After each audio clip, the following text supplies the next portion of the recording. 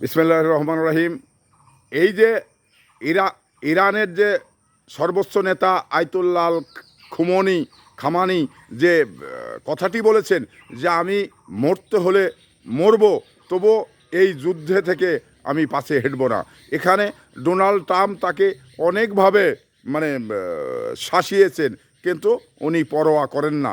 কারণ উনি সর্বোচ্চ মানে ইরানের নেতা এবং ইমানের সঙ্গে উনি রাষ্ট্র পরিচালনা করেন।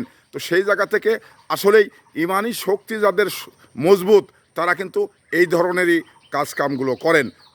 তারা কখনো শত্রুকে দেখে মানে চোরের মতো পালিয়ে যায় না, কখনো আত্মসমর্পণ করার চিন্তা করেন না। তো এই জন্যেই আমি মনে করি যে ইমান এমনই একটি জিনিস যেটা মুসলমানের জন্যে মানে বড় একটি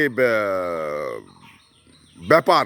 তো সেই জায়গা থেকে ইমানের সঙ্গে উনি কিন্তু বলছেন যে আমি মরতে হলেও মরব, তবু কিন্তু এই শত্রুকে দেখে মানে পালিয়ে যাব না, এই শত্রুকে দেখে মানে পালানোর মতো আমার সুযোগ নেই।